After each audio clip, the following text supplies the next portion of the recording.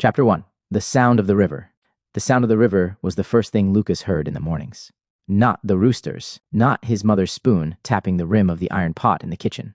The river. Its steady current carried the world past the village like time itself. The air smelled of wet earth and pine. Through the open window, sunlight reached across the small room and warmed the rough wooden floor. A whistle came from the dirt path outside. 2 short notes. Marek. Lukas smiled before he even moved. Marek had used the same whistle since they were children, ever since they learned to. Fish at the bend in the river where the stones were slick and the trout hard to catch. Come on, Slowbones. Marek's voice followed, full of life. Lukas pulled on his boots. The leather cracked and softened by years of use and stepped into the cool morning. Marek stood by the old fence post with 2 fishing poles in one hand.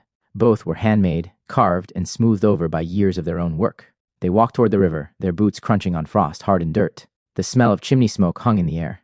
A church bell rang in the distance. The sound was not for a service, only to mark the hour. Life in the village felt unshakable, like it would never change. The trees thinned as they neared the water. The river was wide here, cold and quick. Marek handed him a pole and began unwinding the fishing line, his breath visible in the cold air. I heard they were seen again, Marek said without looking up. Lukas glanced at him. The soldiers? Marek nodded. Old Hannah saw them herself. She says they were riding north. Toward us? Marek shrugged. His eyes stayed on the water, but Lukas could see the tension in his jaw. They didn't look like they were here for trade. A kingfisher darted across the surface of the water, a flash of blue and white, and vanished into the trees. Lukas felt the weight of Marek's words. Soldiers never came this far, unless something was wrong. The last time had been during his father's lifetime, and the memory of that visit was something no one in the village liked to speak about. The river moved on, unbothered. The 2 friends cast their lines into the current, but Lukas's mind was far from the fishing. The silence between them wasn't uncomfortable, it was easy, worn in like the leather of their boots. After a few minutes of quiet, Marek sighed, a sound of contentment. Nothing's biting. My stomach's starting to think my throat's been cut. He began to reel in his line. Let's check the old spot. Lukas nodded, already knowing where Marek meant. They packed up their poles and walked downstream, following a barely there path their own feet had worn into the earth over years. The trail opened onto a small, gravelly beach where the river curved sharply. This was where the current dredged things up from the riverbed, smooth, dark stones. Tangled roots, and if you were lucky, treasures from a time long past. They walked with their heads down, scanning the damp gravel. It was a game from childhood that had never quite ended. Marek was the first to stoop, picking something up. It was just a piece of milky quartz. He tossed it into the river, where it vanished with a quiet plunk. Lukas moved closer to the water's edge, where the stones were darker and slick with moss. His eyes caught a shape not the rounded edge of a river stone, but something sharper, more deliberate. He knelt, his knee sinking into the wet grit, and worked it free. It was a flint arrowhead, chipped and gray, but perfectly intact. He rubbed the mud from its surface with his thumb. Look at this, Lukas said, a genuine smile touching his face for the first time that morning. He held it out for Marek to see. Marek took the arrowhead from Lukas's palm, turning it over in his own fingers. A low whistle escaped his lips. That's a clean one. Old man Silas would have been proud. The name hung in the air between them, heavy with memory.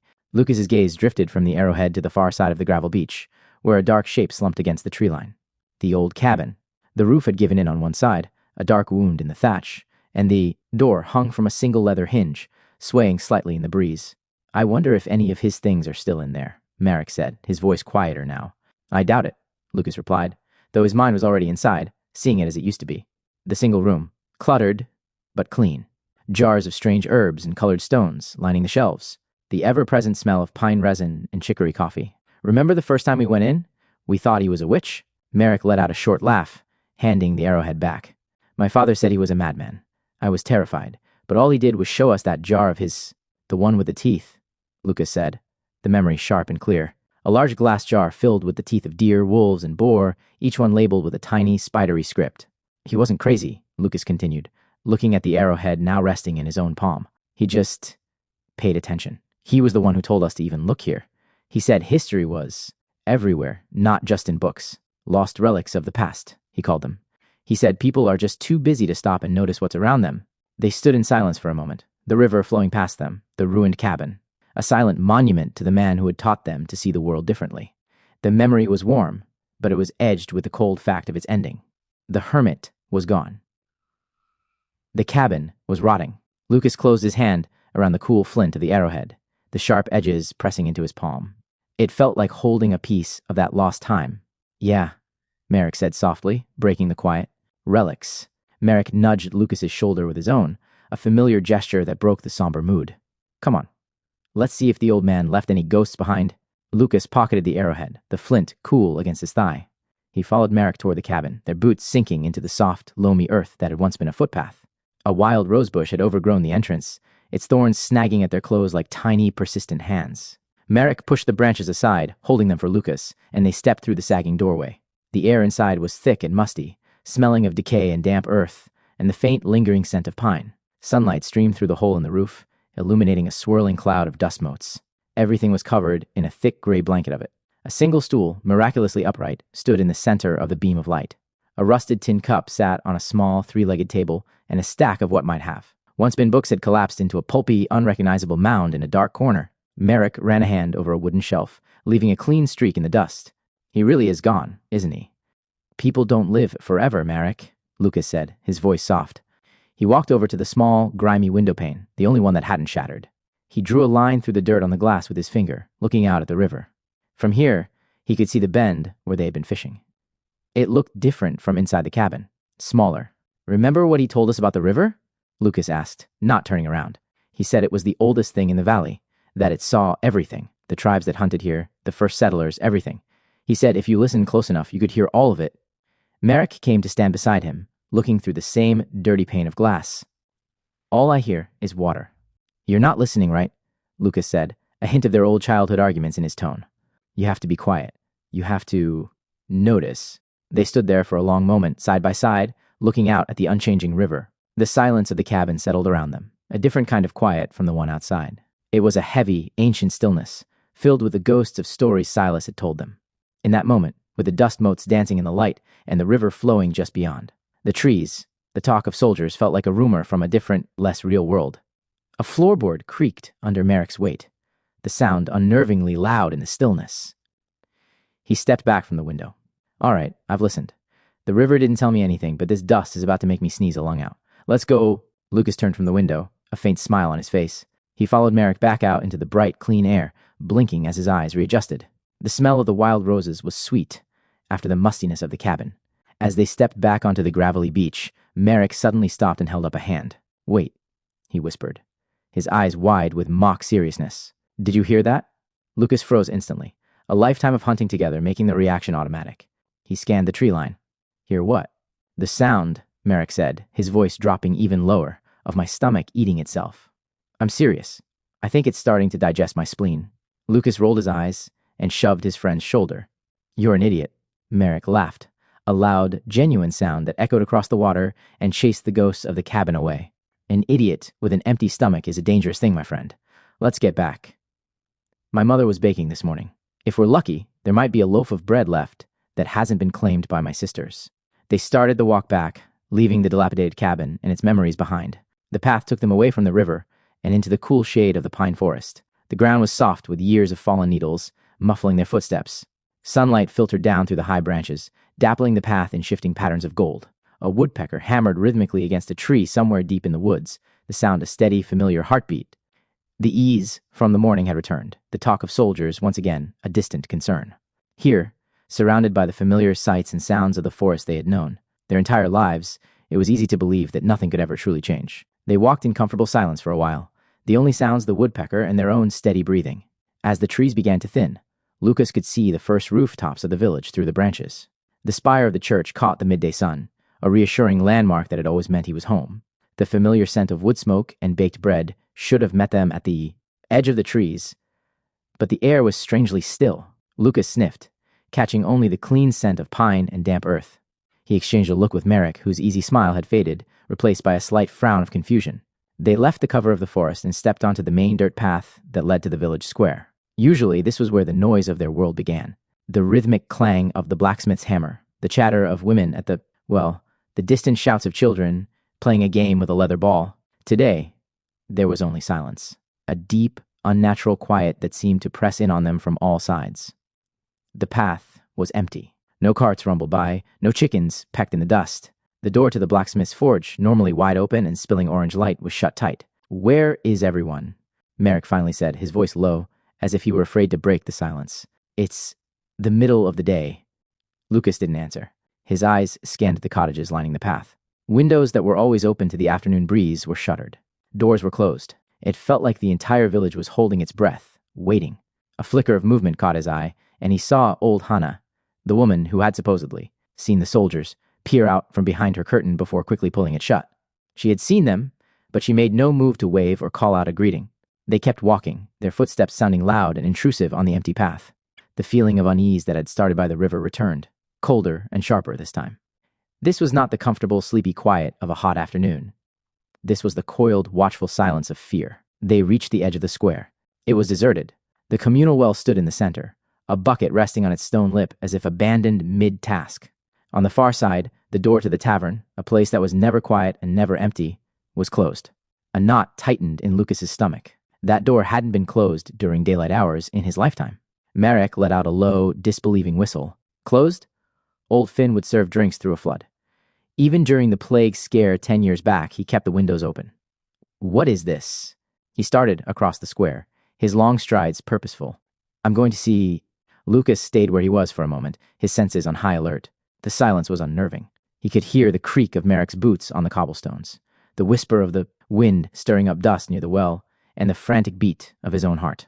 His eyes swept the square, from the shuttered windows of the houses to the dark, silent eaves of the tavern roof. Everything was still. Too still. He followed Marek, his own steps more cautious. As they neared the tavern, Lukas saw something on the heavy oak door that hadn't been there this morning.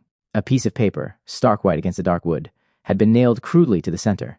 Another was plastered to the stone wall beside it. Marek reached the door first and stopped short, his hand hovering just before the latch.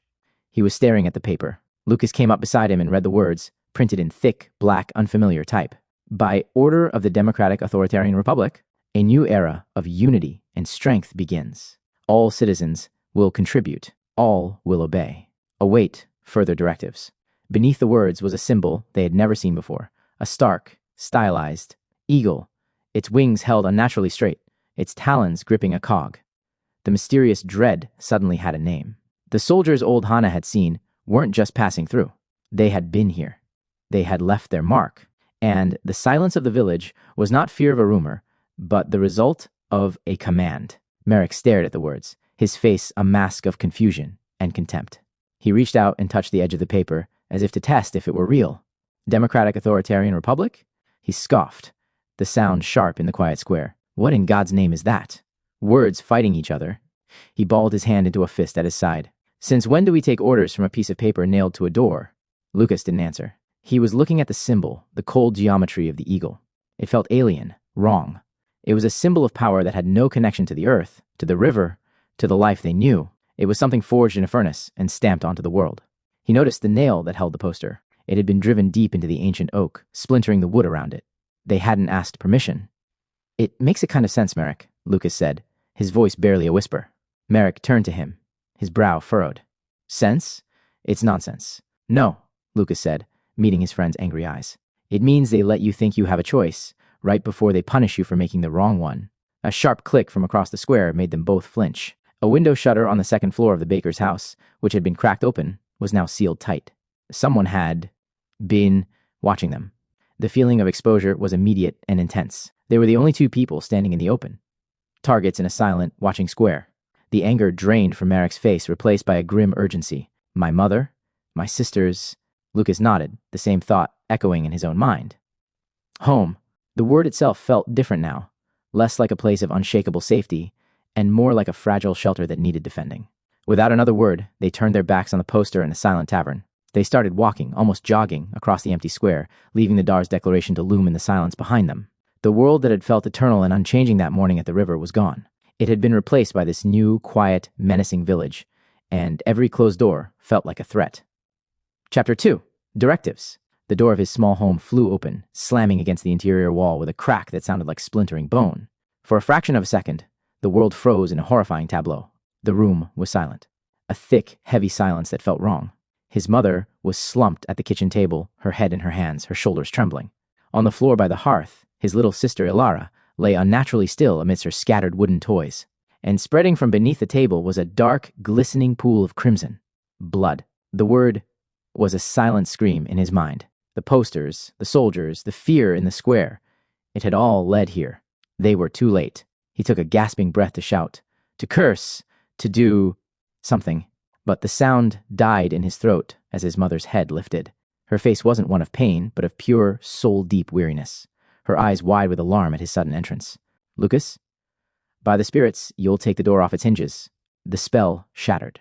At the sound of her voice, Alara rolled over with a small, annoyed sigh, her concentration on a tower of wooden blocks broken. The trembling of his mother's shoulders wasn't sobbing, she had been rubbing her temples.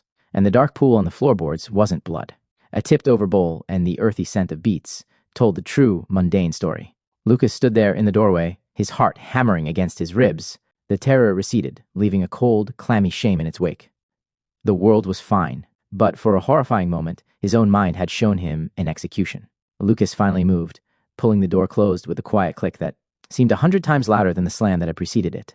He leaned his forehead against the rough wood for a second, forcing the air back into his lungs. Sorry, he mumbled, his voice hoarse. I ran. From the square, his mother, Anya, pushed her chair back, the legs scraping against the floor. The weariness in her face was now sharpened by a deep maternal concern. She saw past the flimsy excuse. She saw the ghost of the terror that was still clinging to her son like a winter frost. Lucas, look at me. Her voice was soft, but it held a command he could never disobey. He turned from the door, his eyes meeting hers. He saw her gaze flicker down to his hands, which were clenched into white-knuckled fists at his sides. It's not just from running, she stated, her voice barely a whisper. Your face. You look like you've seen a ghost. What happened in the square?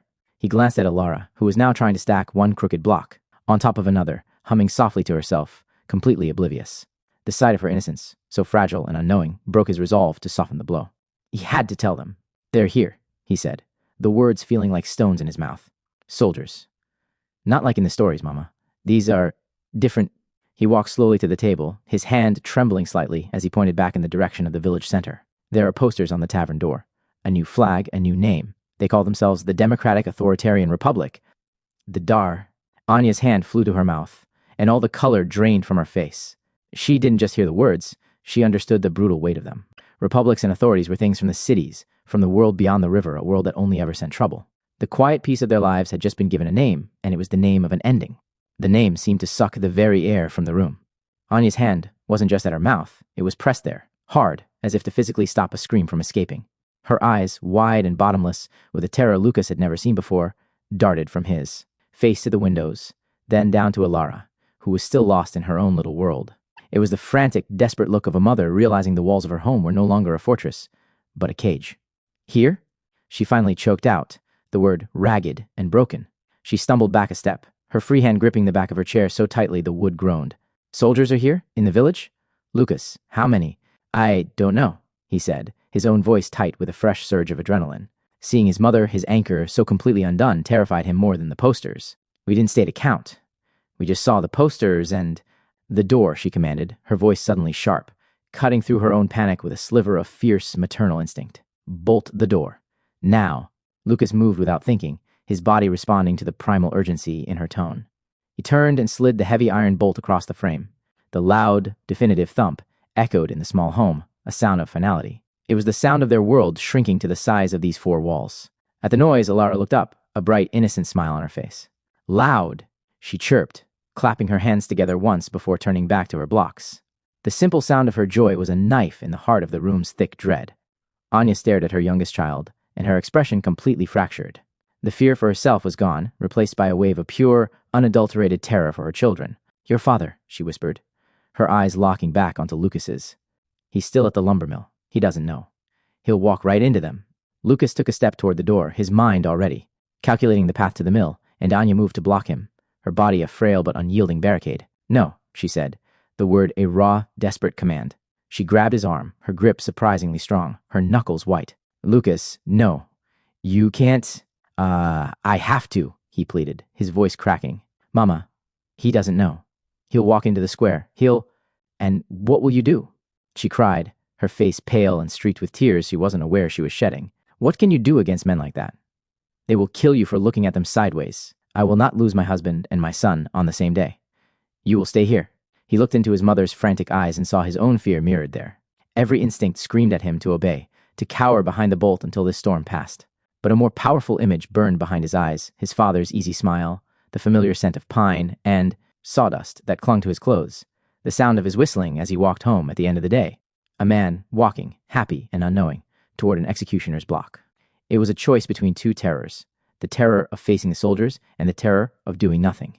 For the first time in his life, Lukas understood that the second was worse. "I have to," he said again, his voice now quiet and firm. It was the voice of a man he had not been when he woke up that morning. He gently but resolutely peeled her fingers from his arm. The feeling of breaking her grip felt like a betrayal, a physical severing of his childhood. "Please, Lukas," she sobbed, her strength finally breaking. "My son, don't leave me." "I'll be careful," he lied, as much for himself as for her. "I won't go to the square. I'll take the river path. I'll just find him. I just have to find him." He didn't wait for her reply. He turned, his hand finding the cold iron of the bolt. With a deep, shuddering breath, he drew it back. The thump was now a sound of doom. He pulled the door open and stepped out into the unnaturally quiet afternoon, not daring to look back at his mother's collapsing form.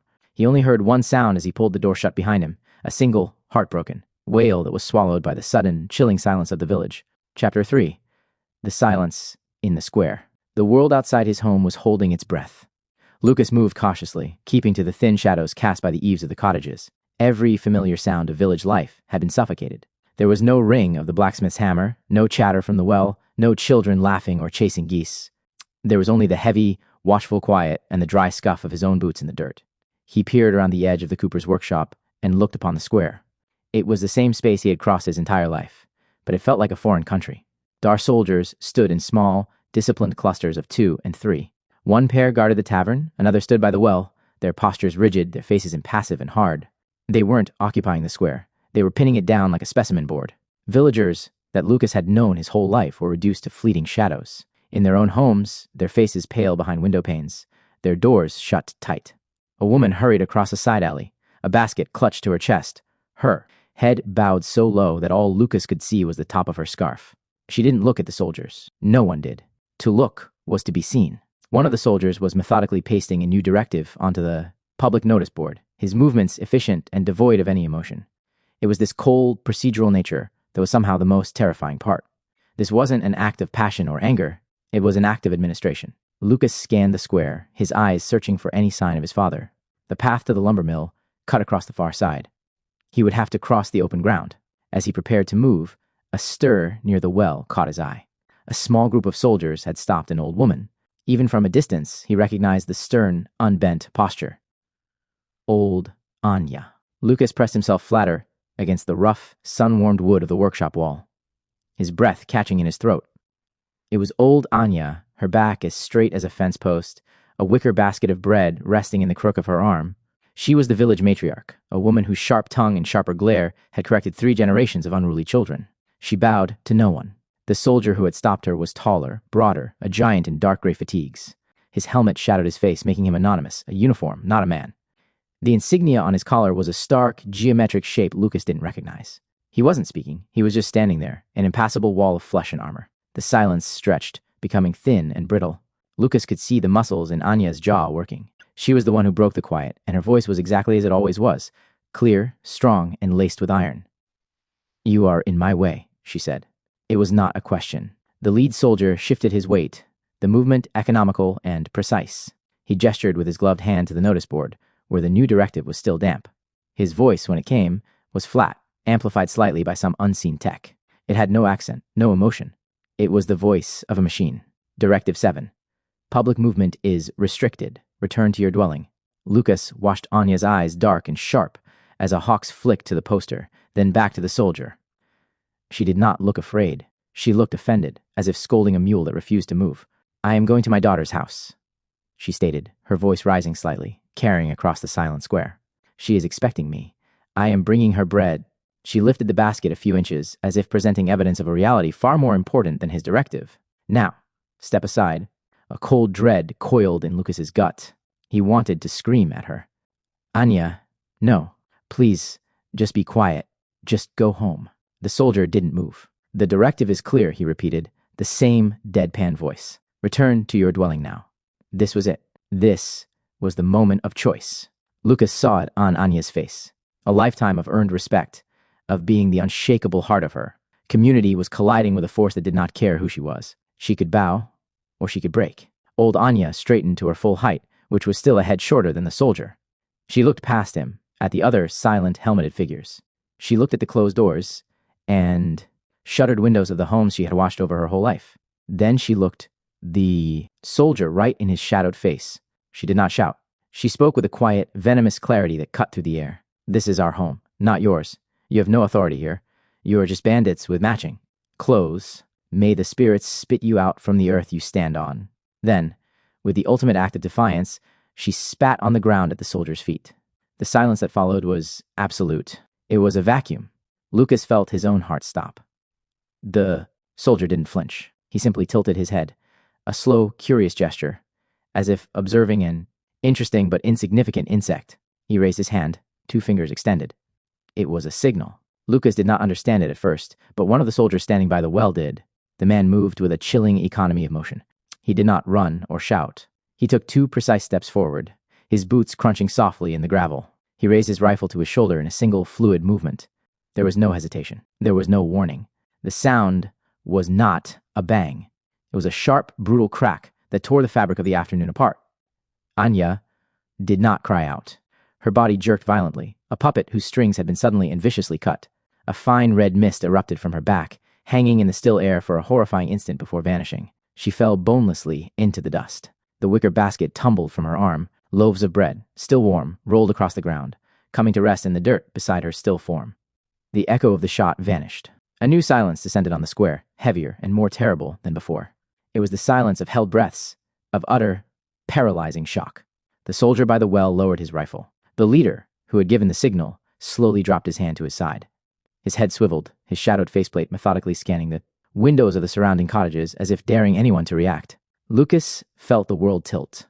Air refused to enter his lungs. A strangled noise caught in his throat, and he pressed his hand hard against his mouth, tasting the grit on his palm. His mind was a white-hot blank. He had just watched a woman die. He had just watched a grandmother, a matriarch, be executed over a word and a gesture. This was the new reality. This was the lesson. And it was not over. Lukas's mind was still a roaring void, but his eyes were working. They were fixed on the impossible scene. He saw the loaves of bread in the dust, a humble offering scattered around a sacrifice no one had asked for. He saw the dark stain begin to spread on the back of Anya's gray shawl.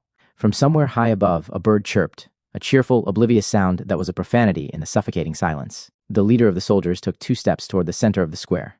His amplified voice boomed, directed at the shuttered windows and the unseen ears behind them. This is the price of disorder. This is the consequence of defiance. Comply with all directives. There will be order.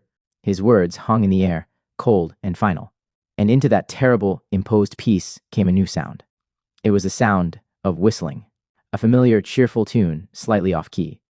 Lukas's blood ran cold. He knew that whistle. He had known it his entire life. He slowly, dreadfully, turned his head toward the path that led from the lumber mill. His father, Tomas, emerged from the tree line. He was wiping sweat from his brow with the back of his arm, a weary but content smile on his face. He took 3 steps into the square before he finally looked up, his smile faltering as he registered the silent soldiers, the unnatural stillness. His eyes scanned the scene, confused, until they fell upon the crumpled shape in the dirt by the well. The whistling stopped. Anya. Tomas's voice was a choked whisper of disbelief. He took a staggering step forward, then another. He saw the dark patch on her shawl, the scattered bread. The reality crashed down on him. His face, weathered and kind, contorted first with grief, and then with a raw, righteous fury. He looked up from her body to the impassive soldier in the center of the square. "What is this?" he roared, his voice cracking with anguish. "What have you done? She was an old woman. She was unarmed. You monsters." The soldier's head turned slowly, fixing on the source of the new disruption. Lukas wanted to scream, to yell for his father to run, to be silent, anything. But he was frozen, a prisoner behind his own eyes. The leader did not answer Tomas. He did not raise his voice. He simply lifted his hand again, this time pointing 2 fingers directly at Lukas's father. 2 soldiers detached from the group by the tavern and moved toward Tomas. They moved with the same horrifying, disciplined speed as the shooter. Tomas saw them coming, his fists clenched at his sides, his face a mask of grief and rage. He had no chance. The first soldier swung the butt of his rifle in a clean, brutal arc, catching Tomas in the ribs. The sound was a sickening, wet thud. Tomas gasped, the air driven from his lungs, and staggered sideways. The second soldier struck him from behind, a heavy blow to the back of his knees. Tomas collapsed to the ground with a cry of pain. The white blank in Lucas's mind was gone. It was replaced by a single, searing image that burned away everything else. His father, his strong, kind father, on his hands and knees in the dirt, at the mercy of faceless men in gray. It was not over. It had just begun. Lucas was forced to watch, pinned in place by a horror so absolute it felt like a physical weight. The two soldiers were not angry.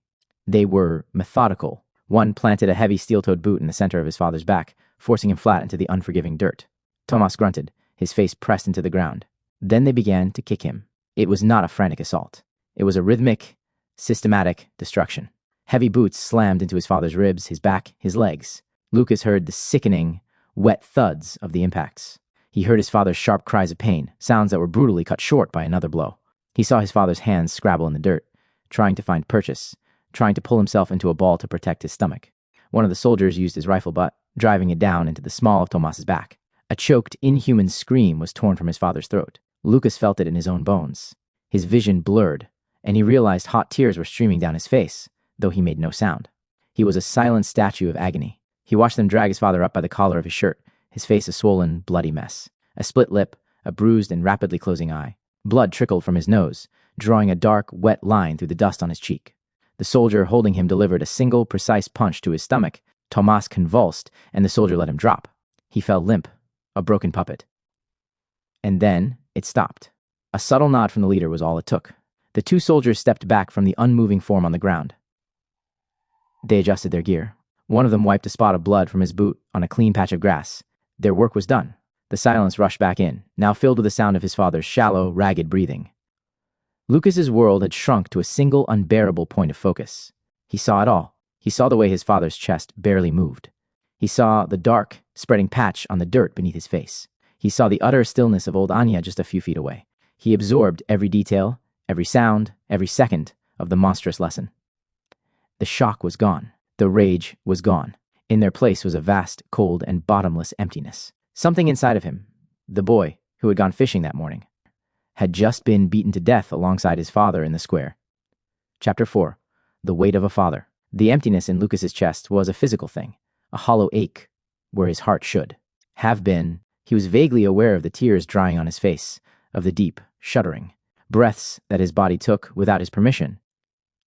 He was a spectator in his own skin.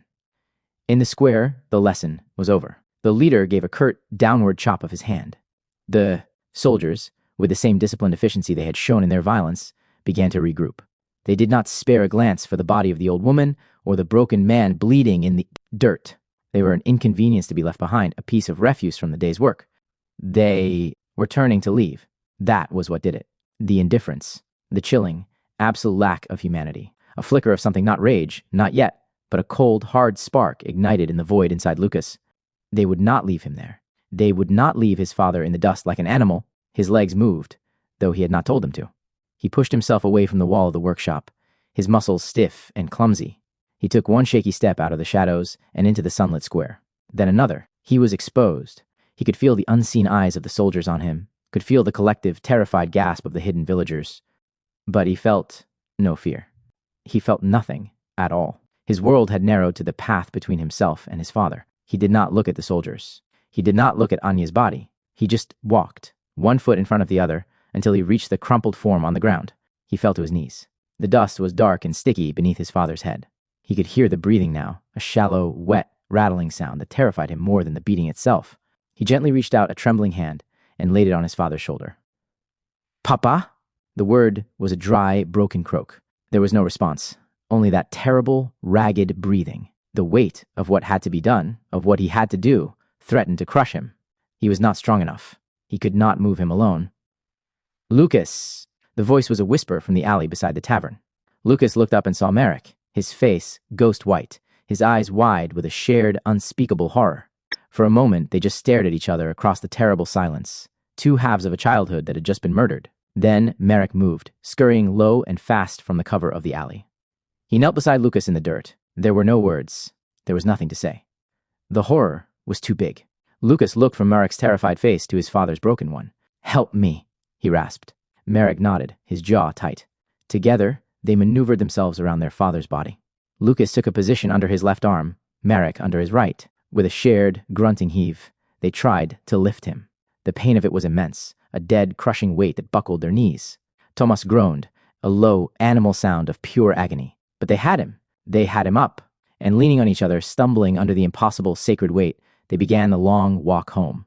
Each step was an agony. Tomas was a dead weight between them, his head lolling against Lukas's shoulder, his arms slung awkwardly over their necks. Their knees buckled with every shuffle forward. The muscles in their backs and legs screamed in protest. Dust puffed up around their feet, coating their boots, the same dust that was caked with their father's blood. Every jolt of their clumsy movement sent a fresh wave of pain through Tomas's broken body. A low, wretched groan would escape his lips, a sound that threatened to shatter what little resolve Lukas had left. He had to block it out. He had to focus on the next step, then the next. His entire world became a single desperate task: do not fall. He could feel the soldiers watching. The feeling was a physical pressure on the back of his neck, a cold clinical observation. They were not going to interfere. This was part of the punishment. This slow, humiliating procession was the final act of the lesson. He refused to look at them. He kept his eyes fixed on the door of his own home, a destination that seemed a mile away. He saw a curtain twitch in the weaver's window. He caught the brief, terrified glint of an eye in the darkness of the baker's doorway before it vanished. No one came out. No one offered to help. He felt a bitter sting of abandonment, but it was quickly washed away by the cold understanding that they were just as trapped as he was. Fear was the new master of the village. Almost there, Marek grunted, his own face pale and slick with sweat. They reached the door. The final challenge seemed impossible. With a shared, stumbling effort, they managed to lean Tomas against the wall. Lukas, his hands shaking uncontrollably, fumbled with the latch. The door swung open into the dim, quiet interior of his home. The sight that awaited them was his mother, Anya, huddled on the floor, her face buried in her hands. She looked up at the sound, her eyes wide, with a desperate, hopeful question that died the instant she saw the bloody, broken man they dragged across the threshold. Her scream was a sound of pure, soul-shattering horror. It filled the small home as they collapsed with their burden onto the floor. The door swinging shut behind them, plunging the room into shadow. The door banged shut and Anya's scream died, leaving a silence that was somehow worse. For a moment, no one moved. They were a frozen tableau of horror in the dim light. The two exhausted boys, the broken man on the floor, and the mother whose world had just been torn apart. Anya was the first to break. She scrambled across the floor on her hands and knees, her initial horror giving way to a desperate, frantic energy. Her hands hovered over her husband's bloody face, afraid to touch, afraid of the damage she would find. "Tomas," she choked out, her voice a shredded whisper. "Tomas, can you hear me? Oh, spirits, what did they do?" A small, terrified whimper came from the corner of the room. It was Ilara. She was huddled there, her small body trembling, her knuckles pressed into her eyes. Anya's head snapped toward the sound. Her face, already a mask of grief, twisted with a new pain, the need to protect her youngest. "Ilara," she commanded, her voice suddenly sharp with authority. "Go to your room, now. Close the door, and do not come out." The little girl fled without a word, her quiet sobs echoing for a moment before her bedroom door clicked shut. Anya turned back to the boys, her eyes blazing. "Do not just stand there," she snarled, her grief lashing out as fury. "Help me. Marek, fetch water from the basin. Lukas, get every clean cloth you can find from the chest." The commands cut through the fog in Lukas's mind. They were simple tasks. They were something to do. He moved mechanically, his limbs feeling clumsy and distant. He went to the linen chest, his hands pulling out old strips of cloth, his mind numbly noting the familiar scent of dried lavender. He watched Marek bring the water basin, his hands shaking so badly that water sloshed onto the floorboards. They knelt in the spreading gloom. Anya dipped the first cloth into the water, her movements now steady and focused. She began to gently clean her husband's face. With each wipe, more of the horror was revealed. The blood and grime gave way to deep purple bruises, to a split and swollen lip, to a cheekbone that was clearly broken, indented at an unnatural angle. Tomas did not stir. His breathing was the only sign he was still alive, a shallow, rattling sound from deep in his chest. Working together in the terrible, shared silence, they managed to move him from the floor to the low cot in the corner of the room. They covered him with a thin blanket. There was nothing more they could do. The three of them stood over him, shadows in the fading light. Anya held a blood-stained cloth in a white-knuckled grip. Marek stood by the door, a silent, helpless guard, and Lukas just stared at his father's ruined face, the rattling sound of his breath, the new, horrifying rhythm of his world. Chapter 5. Whispers in the Dark. The light outside the single grimy window began to fail. Afternoon bled into a bruised twilight, and the shadows in the corners of the room deepened, crawling inward until the only thing with any real substance was the low cot where Tomas lay. The world shrank to the flickering flame of the single oil lamp Anya had lit, its soft glow casting long, dancing shadows on the walls. For what felt like an hour, no one spoke. The only sound was the horrifying, labored rhythm of Tomas's breathing. It was a constant, wet, rattling noise that filled every inch of the silence, a metronome counting down the seconds of a life. It was Marek who finally broke the spell. His voice, when it came, was a raw, hesitant whisper, afraid to disturb the heavy stillness. "Anya," he said, not looking at her but at the floor. What should I do?" Anya was sitting on a low stool beside the cot, a motionless silhouette. She did not turn her head. Her own voice was a hoarse echo of itself, stripped of all its usual strength. "You should go home, Marek," she said softly. "Your mother will be sick with worry. You have done more than enough. You are a good friend." Lukas watched Marek from where he stood pressed against the far wall. He saw his friend's shoulders tense. He saw him shake his head, a small, defiant gesture in the gloom. "No," Marek whispered back. "I am not leaving him. I am not leaving you." Anya finally looked at him, and in the flickering lamplight, Lukas saw a glimmer of gratitude in her exhausted eyes. She gave a slow, tired nod. The first alliance of this new world had just been forged in that quiet, desperate refusal. She turned her attention back to her husband. We need to get the fever down," she murmured. More to herself than to them. "Willow bark and yarrow. I need to make a poultice. Elspeth, the healer, she would know." Her voice trailed off as the reality of their situation crashed down again. They could not fetch the healer. They could not risk going outside. To open the door was to invite the monsters back in. They sat in that new, impossible silence for another long moment. Trapped. Lukas had not moved. He had watched the exchange, listened to the talk of herbs and healers. His mind a cold, clear void. He finally spoke. His voice was flat, devoid of the boyish warmth it held that morning. It was a stranger's voice. "The bolt is not enough," he said.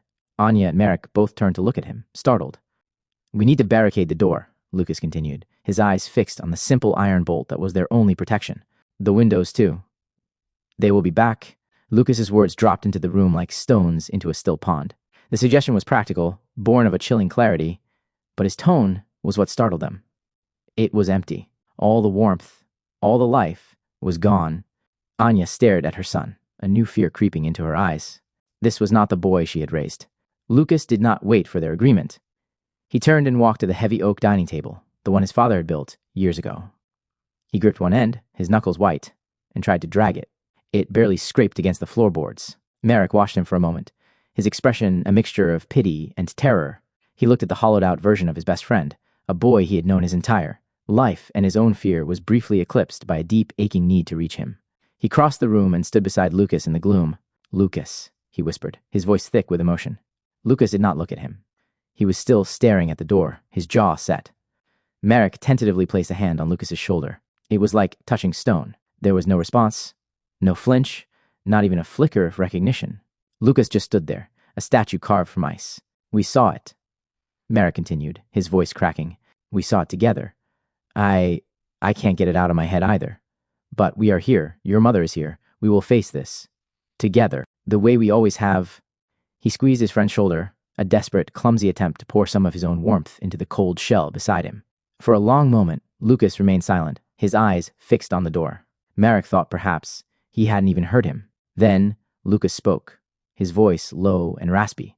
He did not turn his head. He did not acknowledge the hand on his shoulder. "Comfort will not stop them if they decide to come through that door," he said. The words were so cold, so devoid of hope, that Marek felt them like a physical blow. He slowly pulled his hand back, a sudden, sharp grief for his lost friend welling up in his chest.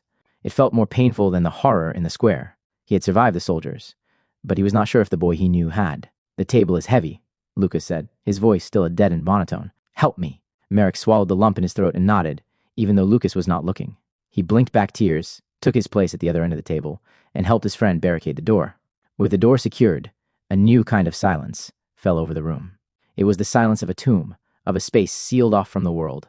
The act of barricading themselves had provided a brief practical focus, but now that it was done, the raw, overwhelming grief rushed back in to fill the void. Anya seemed to shrink, all the fight draining out of her. She shuffled back to the cot and sank onto the stool, her shoulders slumped. For a long moment, she just watched her husband's chest rise and fall with each ragged, rattling breath.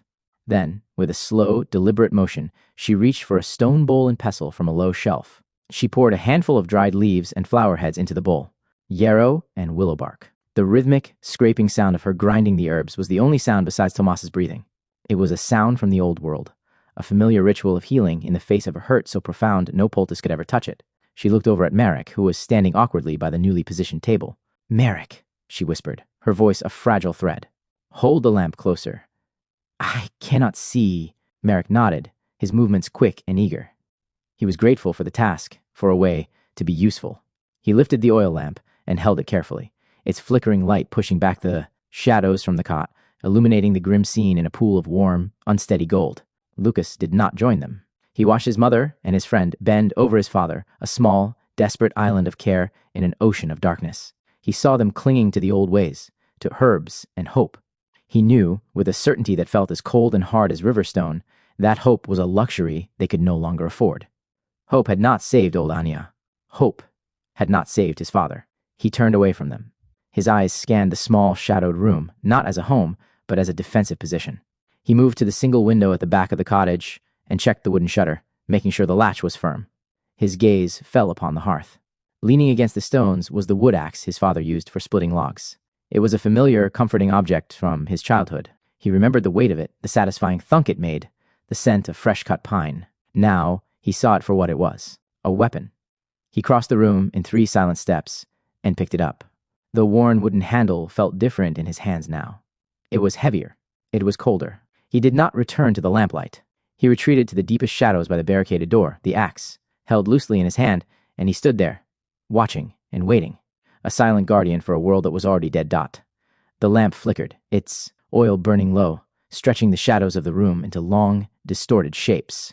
Hours crawled by, each one marked by the horrifying consistency of Tomas, his breathing and the slow, rhythmic grinding of herbs in Anya's bowl. She and Marek worked together in the small pool of light, a silent, desperate team. She finished the poultice, a dark, fragrant mash. With Marek holding the lamp steady, she gently unbuttoned her husband's torn shirt, revealing the bruised and broken landscape of his chest. She carefully applied the mixture with a soft cloth, her touch as gentle as a prayer. Her movements were a ritual of love against a tide of brutal finality. From his place in the darkness, Lukas listened. He heard the soft squelch of the poultice, the rustle of the cloth, his mother's occasional, choked sob. These were the sounds of a world he no longer belonged to. His world was the creak of the floorboards, the sigh of the wind outside the shutters, the imagined crunch of a boot on the path. Every sound was a threat. Every moment of silence was the prelude to an attack. Finally, Anya set the bowl aside. Her work was done. She looked at Marek, his young face etched with exhaustion in the lamplight. "You must go," she whispered, her voice raw. "Your mother and father will be mad with fear. It'll be dawn soon. Go while the dark can still hide you." Marek looked from Anya to the still form on the cot, then to the unmoving shadow that was his best friend. "I can stay," he offered, though his voice was thin. "No," Anya insisted, a spark of her old authority returning. "You have a family. They need to know you are safe. We will be all right." It was a lie, and they all knew it. Marek nodded slowly. He knew she was right. Getting him out was a tense, quiet ordeal. They moved the heavy table with agonizing slowness, the scrape of its legs on the floor sounding as loud as a scream. Lukas drew the bolt back with a soft click. He opened the door just a crack, a sliver of cold, pre-dawn gray. Marek squeezed Anya's arm, a quick gesture of solidarity. He turned to the shadows, where Lukas stood. "Lukas," he whispered. Lukas did not answer. He did not move. He just stared out into the darkness. With one last, pained look, Marek slipped out the door and vanished. Lukas slid the bolt home and shoved the table back into place, the sound of its grating finality sealing them in once more. His mother returned to her stool beside the cot. Lukas returned to his post in the shadows, the axe a cold, heavy weight in his hand. The long night was almost over. The first faint light of a day they had never asked for was beginning to bleed through the cracks in the shutters. The barricade was in place. The silence settled again, thick and suffocating. Anya's own grief for her husband was a vast, bottomless ocean, but her fear for her living son was a sharp, stabbing point of ice in her heart. She could not bear the shadow that stood where her boy had been. Slowly, her joints aching, she rose from the stool and crossed the room. She stopped just behind him, this cold, still stranger who wore her son's face. She could feel a chill coming off of him. "Luka," she whispered, the childhood name a fragile key trying to find an ancient lock. He did not move. She reached out a trembling hand and laid it on his arm. His muscles were bunched and hard as stone beneath his thin shirt. "Luka, please," she begged, her voice breaking. "Look at me. Please come back." For a long, terrible moment, there was nothing. She felt a final, brittle piece of her hope begin to crack. Then he stirred. A muscle in his jaw twitched. His head turned, slowly, reluctantly, as if fighting against a current only he could feel. His eyes met hers. And for a single, breathtaking heartbeat, the ice fractured. The vast, cold emptiness in his gaze receded, and she saw him. Behind the horror, behind the numbness, she saw the terrified boy from that morning. She saw the child who had scraped his knee and run to her for comfort. She saw her son, lost and drowning and so terribly afraid. A tear of pure, desperate relief spilled down her cheek. He was still in there. Luka, she breathed, a sob of love catching in her throat. The light in his eyes vanished, as if a door had been slammed shut deep inside his soul. The ice froze over again, thicker and more impenetrable than before. He pulled his arm from her grasp, the movement not violent, but absolute. His gaze snapped back to the barricaded door. "Feeling won't keep you safe," he said, his voice a dead, level rasp. "The axe will..." The word struck her with the force of a physical blow. She staggered back a step, her hand flying to her mouth, not to stifle a scream, but a sob of a different, more terrible kind of loss. She had watched them beat her husband. Now, she had just watched them kill her son.